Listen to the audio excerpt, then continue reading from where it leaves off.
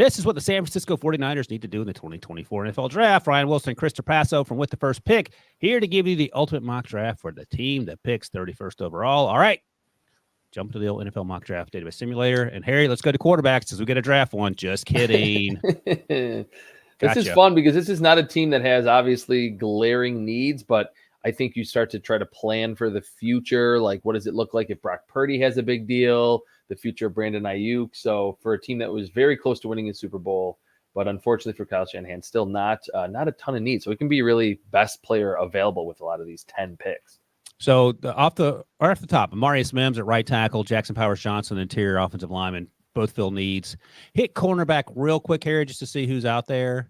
So the run on cornerbacks, Mike Sanders still is there. Mikey, if you want to get a slot guy, but I think for me, Traps, I'm leaning. There's no one at that cornerback that would be, I think, worthy of this high of a pick. I mean, I like Abrams Drain more than everyone, but I think 31 would be a little early for him. I have a second round grade on Chris Abrams Drain. We might be in the same boat on that one, but in terms I wonder of which tackle fits or which offensive lineman. I mean, Powers-Johnson with his mobility, you would think fits what the 49ers like to do mobility-wise. And Mims can do freaky stuff at like 6'7", 340.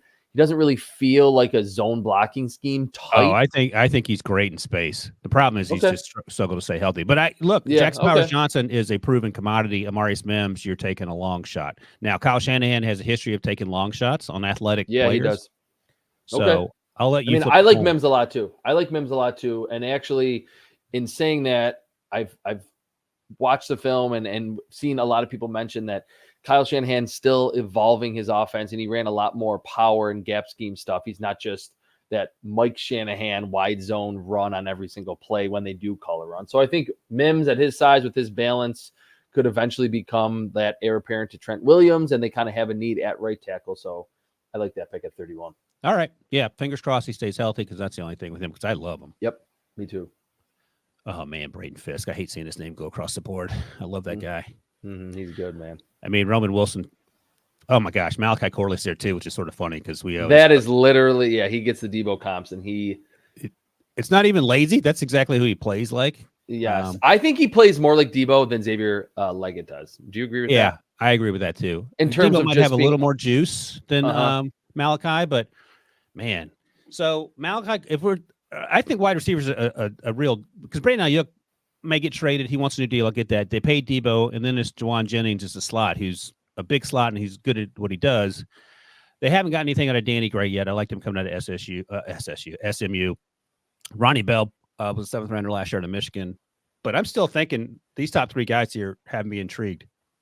I like Corley the most just in terms of fit. Like, I feel like the 49ers love the yards after the catch ability and just bouncing off tacklers, contact balance, power.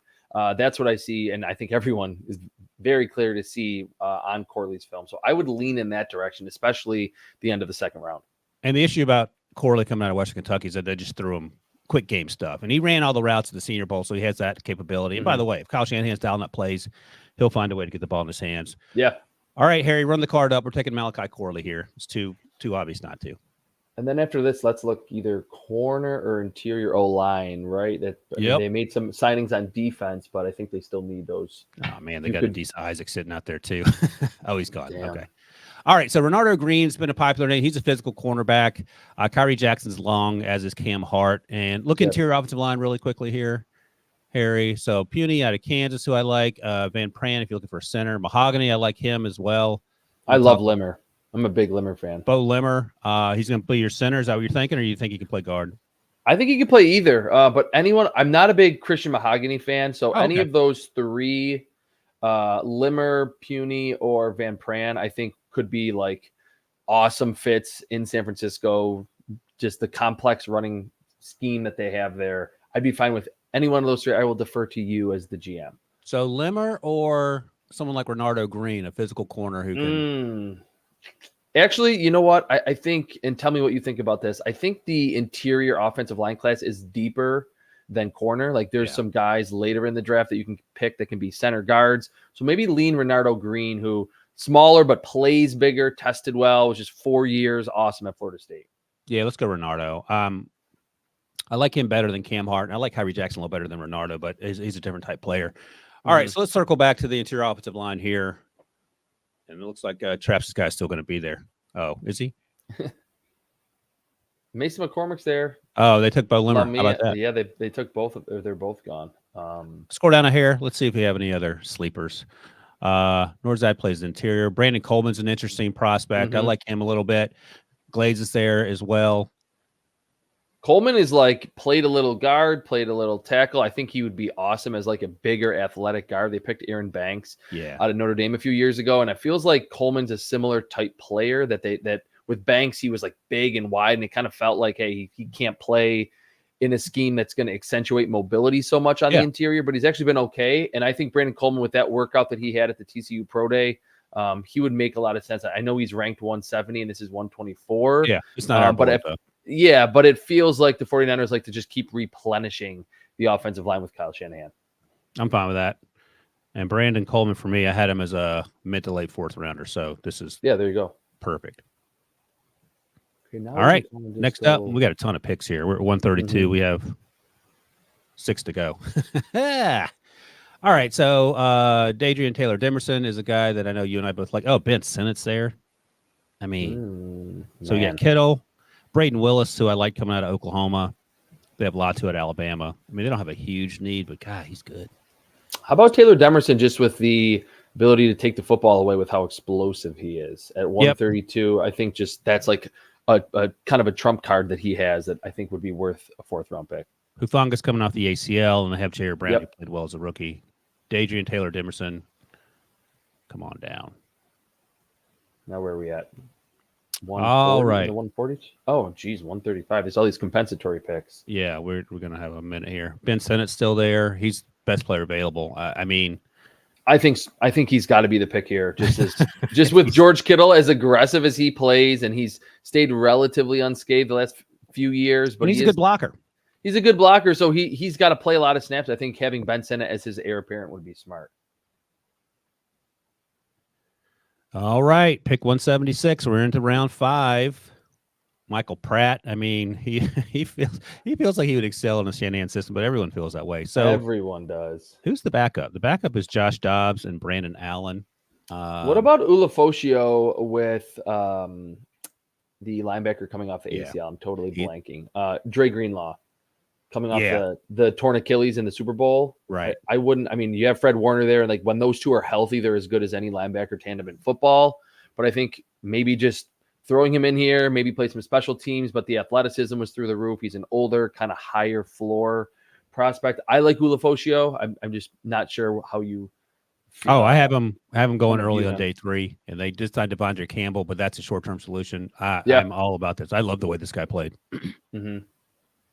Seems to be a movement towards that's 176. Yeah. I think that's good value there. Yeah, absolutely. All right, next up. Pass rusher on the outside. They signed Leonard Floyd. They obviously have Nick Bosa. Ooh, Jalen Hunt is kind of interesting. Yeah, Brennan Jackson is our guy, Pete Briscoe. He loves Brennan Jackson. Xavier Thomas, situational pass rusher. Jalen Hunt, former safety from Cornell, learning the position. I'm fine with any of those 3, whatever. I think, I always like late in the draft, like the big time athletes that, started at a different position, transfer. They're kind of new to this newer position. That's kind of the case with Jalen Hunt. He would intrigue me as kind of that just classic developmental edge rusher that is pretty big, bulked up from that safety spot, and actually was a decent pass rusher last season at the small school level. Yeah, let's do it. At this point, we're throwing darts and hoping for the best. 2 more picks, 215 and 251. Let's go to all, Harry. What about more of I know we picked Brandon Coleman. What about Hunter Norzad to be literally like guard center, not tackle guard possibility? You like him? Yeah, I Is do. he another Cornell? He's another Cornell to a different school transfer, is he not? I know he transferred. Let me double check. I don't know if it was Cornell, but anyway, he was fun on film last season. Wherever he transferred from, he joined the Big Ten last year and didn't look out of place. I thought Norzad, being like mid to late day 3 guy, kind of feels like that center who can really outplay his draft position.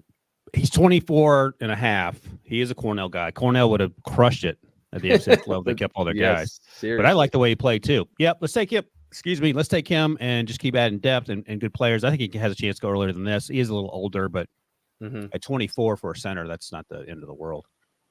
All right, one last pick here in the 7th round, 251. Ooh, what about Isaiah Davis, man? Just we know that it's weird that the 49ers are always like drafting running backs when they can just plug in anyone, but I thought Davis's film was really good for multiple seasons. And he's big. He's like 6 foot 220. I would like that pick late. And they usually draft these guys in the 2nd, 3rd round, which don't make sense. So at least the last pick of their draft. Isaiah Davis, South Dakota State. Come on down. I love it. All right. Another grand slam draft, I feel like. Amari Mims fills the right tackle position. Malachi Corley, Debo 2.0. Then you get help at cornerback with Renardo Green, one of the most physical corners despite his size. Add some depth along the offensive line with Brandon Coleman. Some more secondary help with Adrian Taylor Demerson. And then Ben Sennett, future George Kittle there. Maybe not. And then you get some help on the defensive side of the ball down the stretch and finish things out with Isaiah Davis, running back, 7th round, South Dakota State. All right, that wraps up the Perfect 49ers draft class. Make sure to subscribe to NFL and CBS on YouTube and download the With the First Pick podcast wherever you get your podcasts. And stay tuned for more Ultimate Mock Drafts because we're hitting all 32 teams.